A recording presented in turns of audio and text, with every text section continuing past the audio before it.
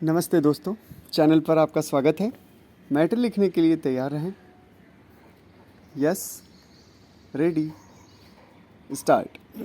जहाँ तक मृत्युदंड की सज़ा के विरोधियों का प्रश्न है, तो उनका मानना है कि सभ्य समाज को अब इस आदिम युगीन बर्बर सज़ा को हमेशा के लिए समाप्त कर देना चाहिए।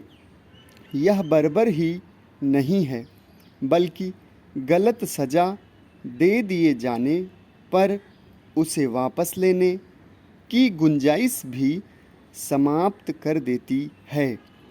पैसों के प्रभाव और साक्ष्यों के अभाव में गलत व्यक्ति को मृत्युदंड दिए जाने के अंदेशे से इनकार नहीं किया जा सकता। ऐसे में हम जब किसी का जीवन लौटाने की स्थिति में नहीं हैं, तो हमें किसी का जीवन लेने का भी अधिकार नहीं है। यही नहीं, न्यायशास्त्र में भी समाज के विकास के साथ साथ दंड की अवधारणा बदलने लगी है।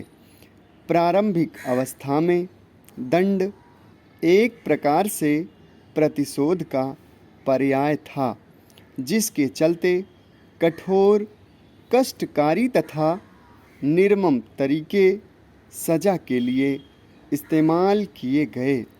इस सिद्धांत में अपराध का सफाया करने के बजाय अपराधी का सफाया करने पर अधिक जोर था।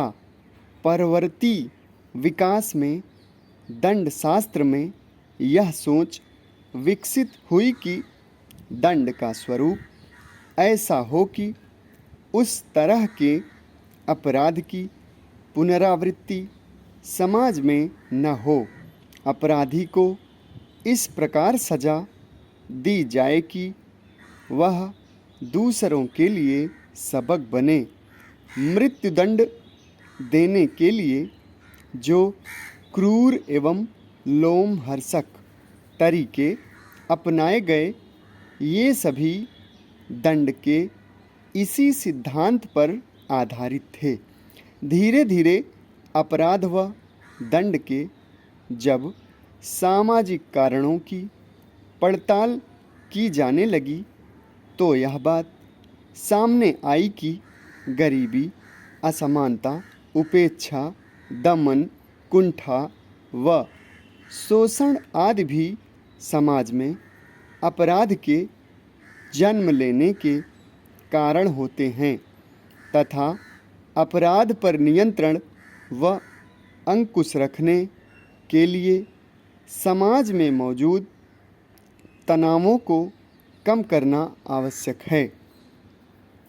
यह भी एक तथ्य है कि क्षणिक उत्तेजना के वशीभूत होकर भी व्यक्ति कई प्रकार के गंभीर अपराध कर डालता है और उसके बाद पश्चाताप की स्थिति में पहुंच जाता है।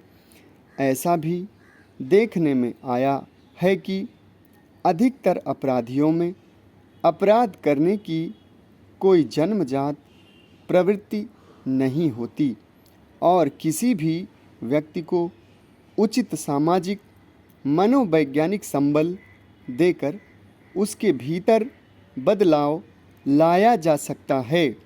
यहीं से दंड का सुधारात्मक पक्ष मजबूत हुआ और यह प्रयास होने लगा कि दंड कष्टकारी न होकर ऐसे हों कि अपराधियों को स्वस्थ सामाजिक जीवन जीने के लिए पुनः तैयार किया जा सके।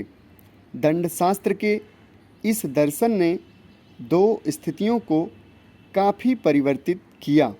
पहला, जेलों में व्यापक बदलाव आने लगा तथा उसे बंदी सुधार गृह के रूप में विकसित किया जाने लगा। समाप्त। धन्यवाद।